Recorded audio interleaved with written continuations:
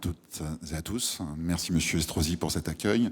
Merci pour votre présence ce matin pour cette première table ronde, moment des scientifiques.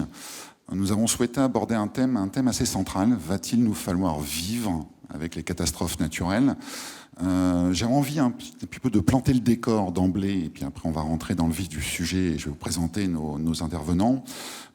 Les catastrophes naturelles, bien sûr, c'est les méga-feux, les pluies torrentielles, les ouragans, les glissements de terrain. La liste est longue et j'allais dire la liste s'accélère au fur et à mesure que nous rentrons dans ce siècle. Juste pour quantifier le phénomène, parce que c'est important de quantifier les choses, selon l'Organisation météorologique internationale, entre 1970 et 2019, ce type de catastrophe a été multiplié par 5 en termes de fréquence. Les conséquences sont d'ores et déjà colossales, d'abord au plan humain. Chaque année, ce sont environ 20 millions de personnes, selon le HR, qui sont amenées à se déplacer face à des catastrophes naturelles. Et les projections en la matière ne sont guère réjouissantes, puisque nous avons, d'ici 2050, nous craignons que ce soit 250 millions de personnes qui soient obligées de fuir face aux catastrophes ou de se déplacer face aux catastrophes naturelles. Ça, c'est le bilan humain. Et puis, je vais reprendre un petit peu la casquette de la tribune. Il y a aussi le bilan matériel, les pertes. Là aussi, un autre chiffre, selon le rassureur allemand Munich Re, l'année dernière, la facture de ces catastrophes naturelle est de l'ordre de 270 milliards de dollars. 270 milliards de dollars, pour vous poser un peu ce chiffre, c'est l'ordre du PIB de la Grèce, d'ores et déjà. Donc c'est quelque chose de très très colossal. Pour aborder ce dossier sur les catastrophes naturelles, et finalement va-t-il nous falloir vivre avec, nous avons souhaité inviter et entendre 3 experts avec 3 points de vue complémentaires, 3 éclairages. Je vais vous les présenter très brièvement. Bettina Laville, vous êtes conseiller d'État honoraire. Vous êtes aussi fondatrice, présidente du comité 21, sur lequel on reviendra tout à l'heure. Vous avez travaillé aux côtés de Brice Lalonde. Vous avez été aussi conseillère sur les questions d'écologie et développement durable auprès de Pierre Bérégovoy, auprès de François Mitterrand. Et à ce titre, vous avez notamment travaillé sur les grandes conférences de Rio, de Kyoto, de Johannesburg. À côté de vous, Stéphane Mazet. Stéphane Mazet, vous êtes directeur du pôle de l'Observatoire, Côte d'Azur, vous êtes passé par l'Observatoire de Paris, l'Université PSL. Vous n'êtes pas climatologue, je tiens à le préciser, on en reviendra tout à l'heure. Vous êtes un planétologue et votre objet sur lequel on se penchera un peu longuement tout à l'heure est notamment l'étude de la matière, on va dire, dans les milieux extrêmes. Et puis, vous avez aussi, et j'espère qu'on aura l'occasion d'aborder ce point, un coup d'œil sur les exoplanètes et la fragilité de la vie, finalement, quand l'homme commence à observer l'espace. Olivier Poivre d'Arvor, bonjour. Vous êtes ambassadeur sur les pôles, les enjeux maritimes auprès du ministère de l'Europe et des Affaires étrangères. Vous êtes aussi président du Musée national de la Marine. Vous avez été ambassadeur en France, Tunis. Et puis, vous êtes aussi un écrivain. Et j'allais dire, parce que c'est un thème qui nous touche aujourd'hui, vous êtes aussi un amoureux de la mer, très clairement, et c'est un thème assez central qu'on souhaitait aborder ce matin.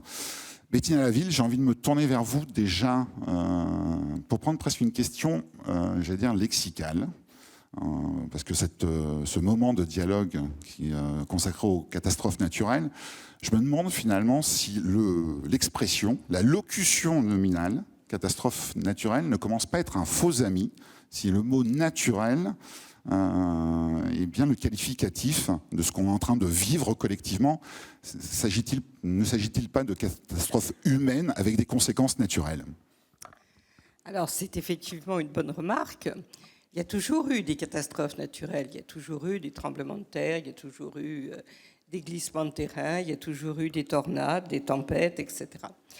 Elles étaient naturelles parce qu'elles faisaient partie de mouvements de la nature qui, évidemment, rencontraient parfois, avec des phénomènes météorologiques, des différences de température, etc., elles rencontraient des phénomènes géophysiques tout à fait importants qui accablaient les populations et, comme vous l'avez dit au début, les biens. Aujourd'hui, elles sont toujours naturelles, sauf que cette nature et ça je crois qu'aujourd'hui personne ne dit que le GIEC dit des choses fausses, cette nature a été forgée, certains disent abîmée, en tout cas bouleversée, c'est certain, par l'action humaine, l'industrialisation, trop de carbone dans l'atmosphère, si bien que, comme l'a dit donc le dernier rapport du GIEC, il y a une élévation de la température qui est presque plus rapide que les scientifiques eux-mêmes ne le pensaient, non pas à long terme, mais dans la fréquence actuelle, je veux dire, enfin dans la fréquence justement des catastrophes, et d'autre part qui provoque, alors là, tout le monde le dit, tous les scientifiques le disent, une fréquence plus grande que c'était prévu, avec surtout des extrêmes beaucoup plus importants. Les choses évoluent tant sur la fréquence que sur l'intensité, en fait. Voilà, les deux. Et donc, les catastrophes naturelles, et par exemple, au niveau administratif pour le ministère, il y a eu depuis très très longtemps, presque depuis, pas tout à fait, mais depuis que le ministère existe, il y a eu un fonds des catastrophes naturelles. Michel Barnier avait fait un fonds CatNat, etc. Mais nous sommes à une échelle tout à fait différente. Vous avez parlé des assurances.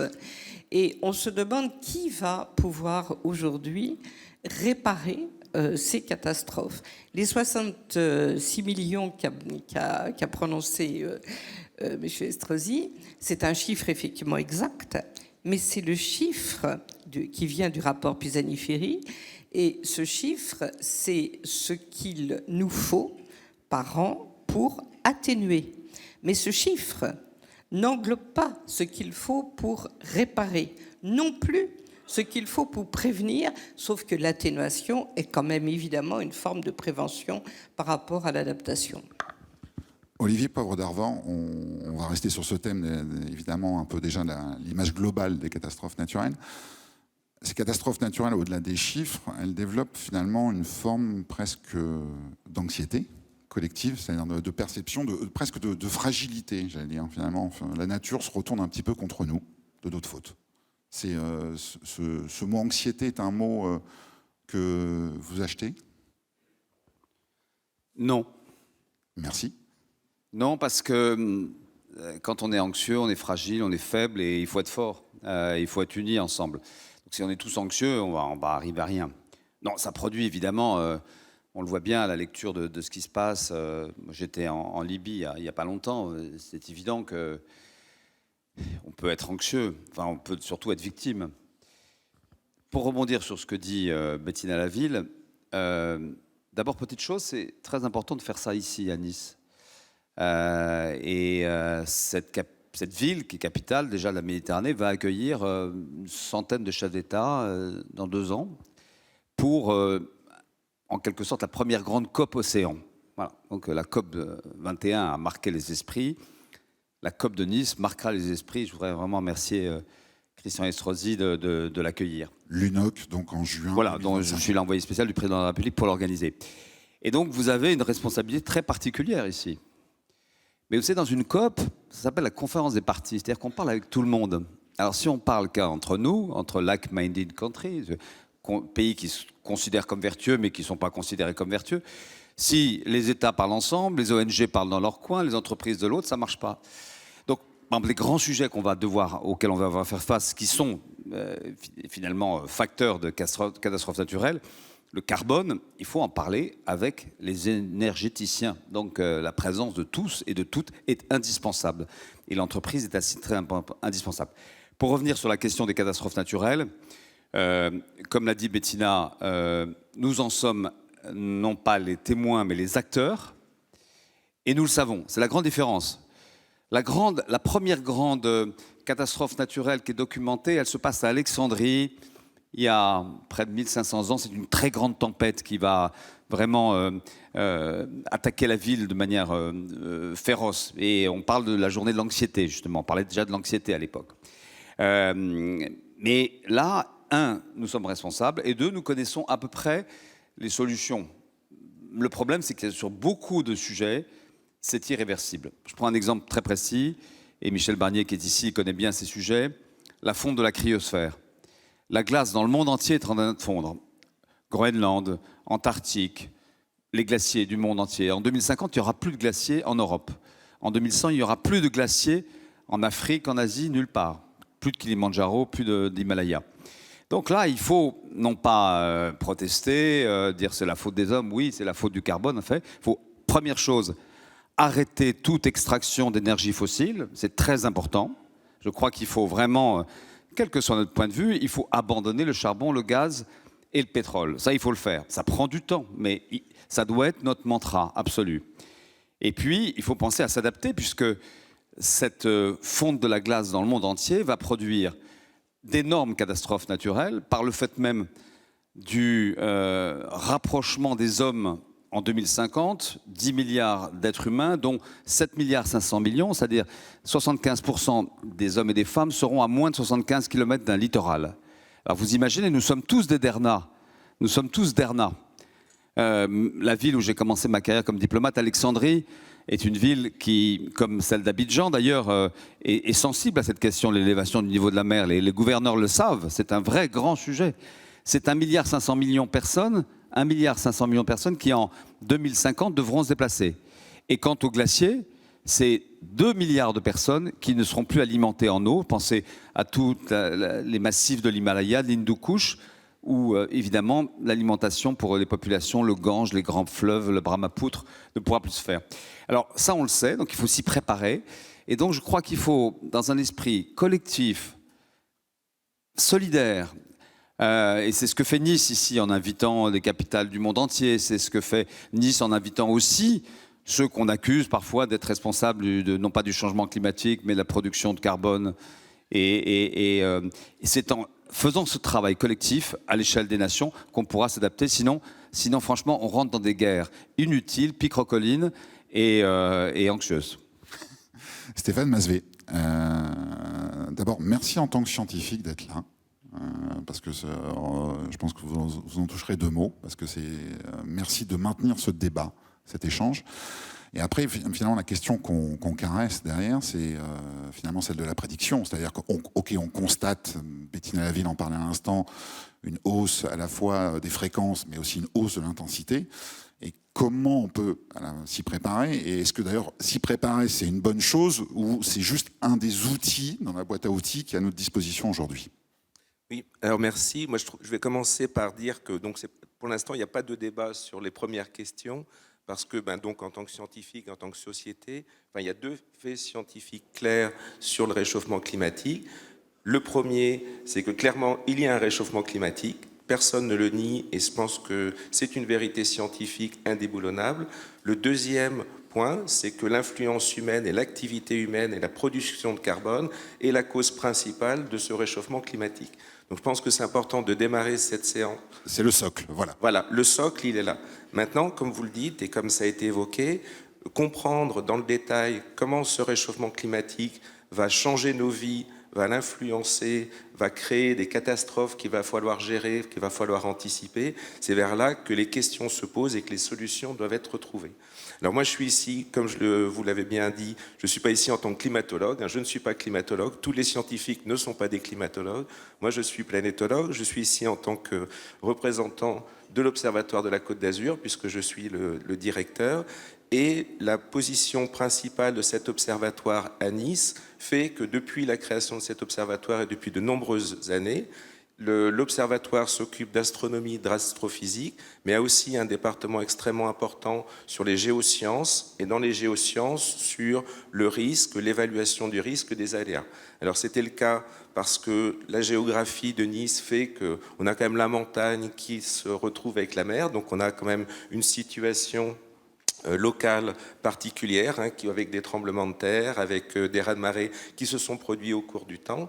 Et on voit que malheureusement, il y a quelques années, le réchauffement climatique s'est décliné de manière très locale avec la tempête Alex. Et là, on voit les enjeux qui sont face à nous. Je trouve que ça illustre les enjeux qui sont face à nous. Parce que si vous vous en rappelez, la tempête Alex, c'est une dépression très précoce dans l'Atlantique Nord, début octobre, donc qui a commencé par toucher la Bretagne. Voilà, en 2020, qui a commencé par toucher la Bretagne. Et en fait, ce qui s'est passé pendant la tempête Alex, ici, dans les environs de Nice, dans les vallées de Nice, c'est en fait le front froid face à cette dépression donc, qui se déroulait au nord de l'Europe, qui a rencontré une mer Méditerranée plus chaude que la normale et qui a créé cet épisode méditerranéen dramatique. Donc là, on touche vraiment à l'enjeu scientifique qui est face à nous. On voit que c'est bien au-delà des frontières, c'est-à-dire quand on s'intéresse aux risques qu'il peut y avoir, par exemple ici à Nice, ce sont des dépressions qui passent dans l'Atlantique Nord et qui viennent se coupler avec des environnements particuliers, parce que la Méditerranée était plus chaude que d'habitude, et de prédire où vont tomber ces pluies et quels sont les dégâts qui vont en résulter, ça c'est l'enjeu de recherche, de prédiction, d'analyse qui fait face à la société scientifique et à la communauté scientifique. Alors peut-être préciser que ça correspond à des études très très concrètes qui ont été notamment menées pour le compte de l'aéroport de Nice, parce qu'il y a des enjeux derrière très très précis. Enfin, vraiment continuons sur l'exemple de la tempête Alex. Est-ce que c'est aujourd'hui quelque chose où, au plan scientifique et au plan technique, nous sommes suffisamment dotés pour être dans une logique de prédiction sur des épisodes comme ça, et comment s'y préparer finalement? Alors c'est pour ça que je dis c'est vraiment un sujet scientifique qui est pluridisciplinaire. C'est-à-dire qu'on voit dans cette illustration de la tempête Alex, donc il y a un aspect donc réchauffement climatique global, donc quelque chose qui se passe à l'échelle de la planète, un événement ponctuel, donc là on bascule du climat aux prédictions météo.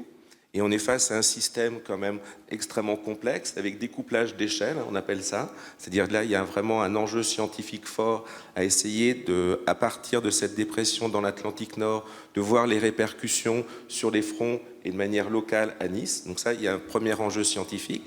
Le deuxième enjeu scientifique que l'on a là, c'est de prévoir la quantité de pluie qui va tomber, parce que la caractérisation de la tempête Alex, ce sont des pluies très localisées, donc une difficulté supplémentaire de prédire où va se dérouler ces événements pluviométriques intenses. Les chiffres sont faramineux. Il y a un couplage, donc ça c'est l'aspect modélisation climat-météo. Après, il y a l'aspect, quel impact de ces précipitations vont avoir sur l'environnement et le terrain, sur la net. Est-ce que ça va créer des éboulements? Comment est-ce que les vallées vont être transformées? Comment les structures humaines, de construction, les bâtiments, les ponts vont résister à cet événement? Donc tout ça, il faut le quantifier, il faut pouvoir le mesurer, il faut pouvoir éventuellement l'anticiper, si on peut. Mais donc c'est le périmètre d'une recherche extrêmement interdisciplinaire, donc qui est fait donc à l'Observatoire de la Côte d'Azur, et au-delà, c'est un des thèmes, puisque l'Observatoire de la Côte d'Azur fait partie de l'Université Côte d'Azur, c'est un des thèmes majeurs, forts, de défis scientifiques qui sont relevés ici à Nice. C'est prédiction, comprendre les phénomènes, les prédire leur fréquence, si on peut. Est-ce que cet événement était hors norme sur un schéma de 10 000 ans, ou est-ce que c'est ce qui va être de plus en plus fréquent? Voilà, c'est les questions scientifiques qui se posent. Et peut-être, je m'arrête une seconde sur ce que vous partagez avec nous, parce que je pense que c'est important de le mesurer collectivement aussi, c'est-à-dire finalement le côté humble de la démarche scientifique par rapport à ça, parce que très clairement, par rapport au réchauffement climatique, et quel que soit l'angle qu'on prend, la science est en train d'apprendre en marchant aussi, c'est-à-dire finalement, on a peu d'historique. Je vois Bettina qui... l'historique est relativement faible par rapport à certaines choses dans les conséquences du réchauffement climatique. Alors, je crois que je ne sais pas si c'est comme ça que je le mettrais, dans le sens... Mettez-le. Pardon ? Mettez-le dans le sens que vous souhaitez. Qui va. Je pense que le constat scientifique, c'est qu'il y a un réchauffement majeur à une vitesse que personne n'anticipait. C'est-à-dire que tout le monde est surpris par la rapidité de ce réchauffement. Il est clair qu'on a, à notre connaissance, c'est quelque chose d'assez unique qui se déroule dans l'histoire de la Terre. Après, mon point, c'est de dire, de ce réchauffement, comment est-ce qu'il va localement, c'est-à-dire si on est assis à Nice. Donc on sait que statistiquement, on va avoir plus d'événements, plus de tempêtes, plus de cataclysmes, d'événements pluviométriques intenses, comme on a vu en Libye, plus de sécheresse. Donc ça, on le sait statistiquement. C'est comment décliner ça localement. C'est-à-dire comment, ici à Nice, là c'est l'enjeu scientifique qui est là, comment ici à Nice, on va pouvoir prédire, mieux instruire, mieux informer les politiques, les gens qui travaillent sur l'urbanisme, les gens qui cherchent des solutions, donc il y a l'aspect résilience, c'est là que se trouve la difficulté. Alors Bettina Laville, je vous voyais hocher un petit peu de la tête. Non, ce que je pense, c'est que, sous votre contrôle, c'est que le GIEC travaille quand même maintenant depuis plus de 30 ans et a fait un certain nombre de constats et surtout en modélisant un certain nombre d'hypothèses. Et que donc la hausse des températures jusqu'à, allez, on n'ose même pas le dire, mais 5-6 degrés, elle est totalement annoncée, entre guillemets, par le GIEC, si la communauté humaine ne prend pas des mesures fortes. Donc c'est quelque chose de possible. Donc on a à peu près toutes les échelles, les dramatiques échelles de possibilités. En revanche, il y a effectivement pour les scientifiques des étonnements, et je pense que Olivier en parlerait mieux que moi, un des gros points inconnus, même pour les meilleurs scientifiques, je pense à Françoise Gaille, etc., pour les océans et la mer, c'est la rapidité du réchauffement de l'océan et ses conséquences sur l'ensemble du système. Ça, c'est un inconnu absolument extraordinaire. Et également la conséquence de phénomènes extrêmes. Donc en fait, les deux sont vrais. Mais c'est pas parce que, si vous voulez, c'est ça toute la difficulté, qu'il y a, par exemple, cet été, moi je fais pour le comité 21 des comptes rendus depuis des années, et à chaque fois je commence par c'est l'année où c'est le mois le plus chaud, etc. Donc ça c'est depuis 8 ans. Donc si vous voulez, ça devient très inquiétant. Je suis pas tout à fait d'accord avec Olivier, d'habitude je suis tout à fait d'accord avec lui, mais quand il vous répond non pour l'éco-anxiété, il faut bien voir qu'il y a une éco-anxiété chez les jeunes. Le vrai problème, et ça c'est le philosophe Jean-Pierre Dupuy en avait beaucoup parlé, est-ce que cette anxiété paralyse l'action ou est-ce qu'elle va provoquer un sursaut qui va favoriser l'action?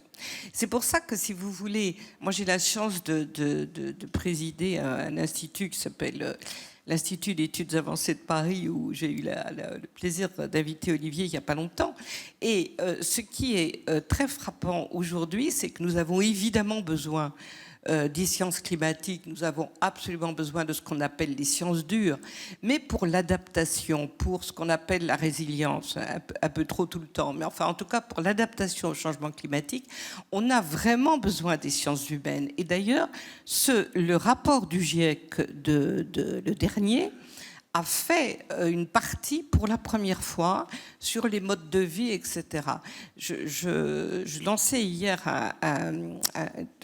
une étude qui va durer 5 ans, dont les résultats vont être dans 2027 exactement, qui s'appelle le Panel for Social Progress, qui réunit un certain nombre de scientifiques de toute la planète sur les sciences humaines, où tout le monde va se demander comment les différentes communautés humaines, et Dieu sait si elles sont différentes, Dieu sait d'ailleurs si elles sont fracturées en ce moment. Hein, vous savez, je parle évidemment sous ton contrôle, mais l'Assemblée générale de l'ONU l'a quand même bien montré, le sommet des BRICS, etc.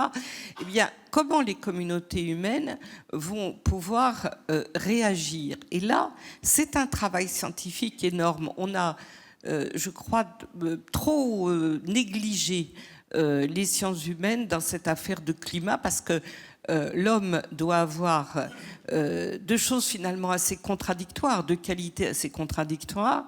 C'est ce que disait Olivier Bravard, c'est-à-dire la force et le courage de lutter, comme on dit, lutter contre la nature effectivement dont on est responsable des bouleversements, pour endiguer un certain nombre de phénomènes, et en même temps d'être assez souple pour ce que finalement l'homme a très bien su faire pendant toute son histoire, c'est s'adapter. Et ces deux qualités psychologiques et psychosociales finalement assez contradictoires, on doit les avoir. J'ai envie d'être un peu provocant, mais finalement, est-ce que s'adapter, c'est pas renoncer aussi?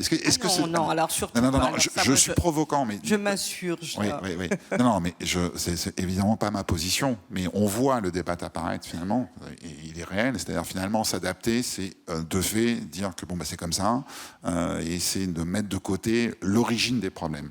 Et je pense que ça mérite qu'on s'arrête. Là où vous avez raison, c'est que ça a été l'attitude conscientes ou inconscientes, peu importe, de quelques formations politiques qui ont dit très longtemps « Ah non, on ne va pas parler d'adaptation, c'est renoncer », c'est exactement ce que vous dites, et finalement de la communauté internationale tout entière.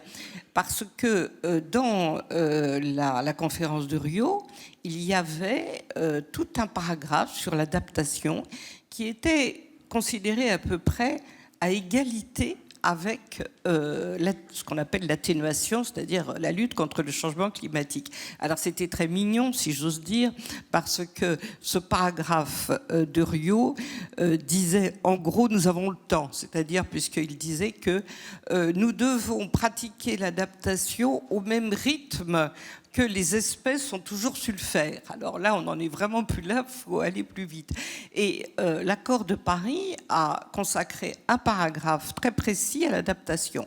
Mais c'est très tard, d'ailleurs. La preuve, dans toutes les lois, par exemple, en France, qui vont être prises, la stratégie bas carbone, les 3-4 lois, plus la planification que le président a annoncé lundi dernier, eh bien, la planification, l'adaptation, pardonnez-moi, reste un peu encore le parent pauvre. Au ministère de l'Environnement, vous avez une direction du climat extrêmement importante et une toute petite, minuscule, même pas sous-direction, ça vient de changer, mais un service de l'adaptation avec 3 personnes. Alors c'est en train de changer. Pourquoi c'est pas renoncer? Parce que c'est ce que je me permettais de dire tout à l'heure, il faut faire les deux en même temps. Parce que de toute façon, les catastrophes, elles nous tombent dessus, je veux dire. Et donc, il vaut mieux prévenir les effets sur l'humanité, sur les hommes, sur les biens, tout simplement pour ne pas périr, ou pour ne pas être fortement accidenté, ou pour que comment dirais-je, comme disait, pour savoir, comme disait Bruno Latour, où atterrir, hein, pour prendre le titre d'un de ses derniers livres, c'est un avant-dernier livre. Mais je veux dire, ça c'est vraiment très important, et en même temps, il faut se retrousser les manches. Olivier, enfin déjà vous pouvez réagir à ce que vient de partager Béni Laville. Je voudrais qu'on fasse un zoom, vous en parliez un peu tout à l'heure, mais peut-être de façon beaucoup plus spécifique sur la mer, finalement. Parce que la mer, il y a évidemment le rehaussement, il y a voilà, des facteurs, mais il y a aussi l'acidité, on n'a pas abordé tout à l'heure. C'est-à-dire que la mer va très mal, en fait. Et et je le dis pas dans un sens catastrophe. C'est-à-dire que il y a la plupart des facteurs, finalement, des paramètres, virent progressivement au rouge dans de multiples domaines. Et je pense que c'est important que vous partagiez un petit peu cette cartographie de l'état de santé d'un patrimoine mondial extrêmement central. Alors, pourquoi la mer va mal? C'est parce que la planète va mal. La mer, c'est 71%. Donc, comme l'ensemble va mal, les 71% en souffrent particulièrement. Le système qui est détérioré aujourd'hui, c'est un système de la planète, de l'atmosphère, de l'hydrosphère et de la cryosphère. Donc, tout ça est lié. Les fleuves, les pôles, les glaciers, la mer, la Méditerranée, ça n'est qu'un seul ensemble. Hein, c'est un seul bassin.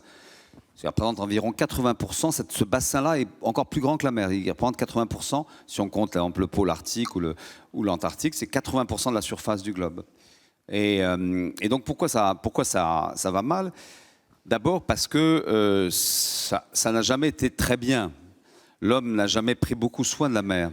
Il ne l'a pas gouverné, il l'exploitait. Donc c'est assez récent de ce dont on parle. C'est là où il faut être un petit peu indulgent par rapport à l'histoire, par rapport aux générations d'aujourd'hui. C'est qu'on a eu la première gouvernance de la mer en 1982 avec la loi de Montego Bay. On a découvert le changement climatique en 1986. Personne n'en parlait. Vous avez cette image fameuse, vous voyez Cousteau qui était un peu dubitatif devant Pivot quand Claude Lorius lui dit et pourtant le gars il plongeait, Cousteau. On découvre en 84, tout simplement d'ailleurs en allant chercher des carottes de glace en Antarctique avec une expédition franco-soviétique et qui va découvrir qu'en effet il y a une accélération à la période industrielle. Donc tout ça est très nouveau. La mer va mal parce qu'évidemment tout ce qui se fait de mal sur Terre vient chez elle. La pollution plastique, c'est très ennuyeux sur la Terre, mais c'est beaucoup plus grave sur la mer, parce que ça reste, c'est le cercueil du plastique qui devient du microplastique. Et Vous savez, ce n'est pas une formule, hein, mais ce cercueil va être plus lourd que le cercueil des poissons en Méditerranée. On va battre un record, on n'est pas encore en train de peser, mais il y aura bientôt plus en tonnage de plastique que de poissons dans la Méditerranée. C'est quand même ennuyeux. Évidemment, se rajoute à ça le fait de l'acidification, qui est extrêmement grave et qui s'attaque aux espèces fragiles, notamment les coraux et l'ensemble très précieux des services que rend l'océan. L'océan rend un service extraordinaire. Là, je respire, la moitié de ma respiration, merci la mer. 2, puits de carbone considérable, mais si on s'attaque aux mangroves, si les mangroves disparaissent, ces mangroves qui captent le carbone vont disparaître. Deuxièmement, on utilise beaucoup la mer. 95% du transport maritime, c'est du transport maritime. Et que si on ne décarbone pas ce transport, en 2050, ce sera 17% des émissions de gaz à effet de serre qui viendront du transport maritime. Et c'est là où c'est intéressant de travailler avec les industriels, et c'est là où il faut surtout travailler avec les industriels, sinon on n'arrive à rien. Ça ne sert à rien de s'opposer les uns les autres, chacun a ses logiques. C'est qu'il faut en effet, et c'est ce que font les grandes entreprises, Maersk, CMA CGM, qui est de faire que, évidemment, on passe à d'autres énergies. Mais ça prend du temps, ça coûte évidemment beaucoup d'argent. La mer, enfin, est touchée par d'autres phénomènes. Le réchauffement de l'eau est une grande surprise pour beaucoup, je pense, de scientifiques à l'échelle où elle est aujourd'hui. Ce réchauffement de l'eau, en effet, on l'a vu, il est considérable partout, sauf à un petit endroit de l'Atlantique. Et c'est la raison d'ailleurs pour laquelle il y a eu cette tempête absolument exemplaire, la tempête Daniel, hélas. Il faut décrire, elle commence à l'est de la Méditerranée, en Turquie, en Jordanie, en Grèce.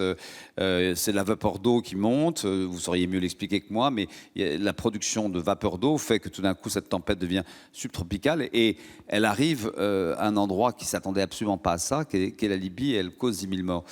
Donc ce réchauffement de l'eau, il est producteur de ces grands phénomènes. Évidemment là, mais aussi de l'élévation du niveau de la mer.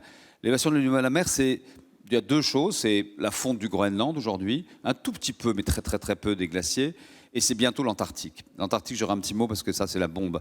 C'est la bombe à retardement. Parce que le temps nous est précieux. Oui, l'Antarctique, c'est... Et donc pour moitié, réchauffement de l'eau, fonte des glaces. Le grand mystère aujourd'hui, mais malheureusement on est en train de l'élucider de manière très inquiétante, et là on peut être anxieux, ça sert à rien d'être anxieux le matin en se réveillant, enfin on l'est tous, hein, rassurez-vous, mais bon on peut dire qu'on ne veut pas l'être, voilà. Mais c'est l'Antarctique qui contient 80% de l'eau douce. Si jamais ça fond l'Antarctique, ça ne fondra pas d'ici la prochaine édition du Nice Climate Summit, mais c'est 69 mètres d'élévation du niveau de la mer. Voilà, donc c'est la moitié de l'humanité qui sera sous l'eau.